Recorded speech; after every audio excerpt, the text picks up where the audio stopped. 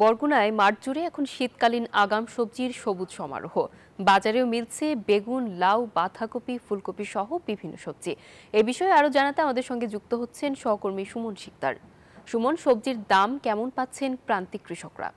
ধন্যবাদ আপনাকে। আপনি যেমনটা বলছিলেন যে বরগুনার যে হাট বাজারগুলো রয়েছে সেখানে কিন্তু এখন শীতকালীন যে সবজি রয়েছে, আগাম সবজি, সেটি কিন্তু এখন পাওয়া যাচ্ছে। এবং আমি এখন রয়েছি বরগুনার ৬ নং বুরুচর ইউনিয়নের লবণগোলার একটি কৃষক খামারে। এখানে প্রায় ১০ জনের বেশি কৃষক, তারা কিন্তু প্রায় ১৫ থেকে ২০ একর জমিতে শীতকালীন আগাম সবজি চাষাবাদ করেছেন। এবং আমি যদি একটু দেখাতে চাই যে এই যে সবজি খামারটি রয়েছে, এটি কিন্তু একটি বিশাল খামার। এখানে যে কৃষকরা রয়েছেন তারা সকলে মিলে সমন্বিত প্রচেষ্টায় এই খামারটি গড়ে তুলেছেন। এবং এখানেই কিন্তু শিম, লাউ, এরপর ফুলকপি, বাঁধাকপি সহ বিভিন্ন যে শীতকালীন সবজি রয়েছে সেগুলো পাওয়া যাচ্ছে। এবং আমরা এই বিষয়গুলো নিয়ে কিন্তু আসলে এখানকার যে কৃষি কর্মকর্তারা রয়েছে তাদের সাথে কথা বলেছিলাম। তারা আমাদেরকে যেটা জানিয়েছে যে এই যে উপকূলীয় জেলা বরগুনা, এখানকার কৃষকরা কিন্তু আগের থেকে এখন অনেক বেশি শীতকালীন যে সবজি রয়েছে, আগাম সবজি, সেটি উৎপাদনের দিকে ঝুঁকছে। এবং এটি কিন্তু গ্রামীণ অর্থনীতির ক্ষেত্রে ব্যাপক একটি ভূমিকা পালন করবে বলে তারা আমাদেরকে বলেছেন। আমাদের সাথে একজন কৃষি উপসহকারী কর্মকর্তা রয়েছেন, আমরা তার কাছে জানতে চাই এই যে আগ্রহটা, এটাকে আপনারা কেমন